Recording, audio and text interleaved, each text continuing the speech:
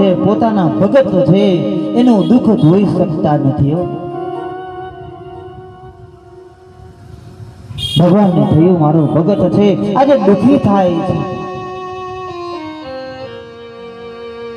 અને ભગત દુઃખી થાતો એના આંખમાં આંસુ પડે.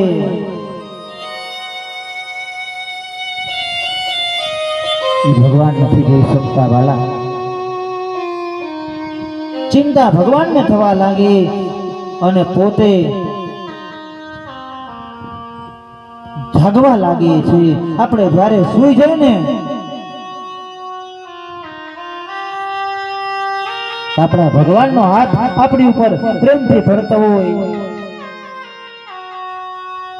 સુવું છું હું, તું જાગતો ફરે. આપણે ઊંઘી જઈ પણ ભગવાનનો હાથ છે એ આપણી ઉપર ફરે છે ભક્તો, એટલે આપણે પ્રેમથી સૂઈ શકીએ. સુદામા જ્યારે નીકળવો છે ત્યાંથી પોરબંદરથી આગળ આવ્યો. શ્રી કૃષ્ણ શરણમ મમ બોલે, શ્રી કૃષ્ણ શરણમ ગાતો ગાતો આવ્યો.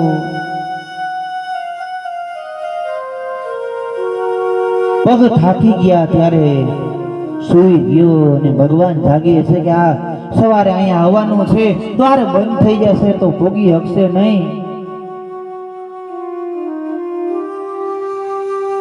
અને ભગવાને પોતાના માયા રચી અને માયા રચીને કારણે સુદામા ત્યાંથી ઉપાડે અને સીધે સીધી દ્વારકાની જ્યાં નગરી હતી એના ચોકની અંદર સુદામાને મૂકી દે અને મૂકી દીધો.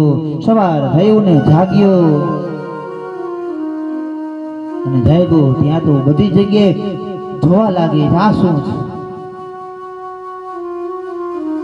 અને પૂછ્યું આ કઈ નગરી છે? તો કે દ્વારકા. સુદામાજી છે દ્વારકામાં આવી ગયા. સુદામાને ખબર પણ નથી, આવી ભગવાનની કૃપા. ભગવાન એનું દુઃખ દૂર કરી નાખ્યું. એને હાલવાનું હતું, થાકી જાતો તો થાકવાનું ભગવાને દૂર કર્યું.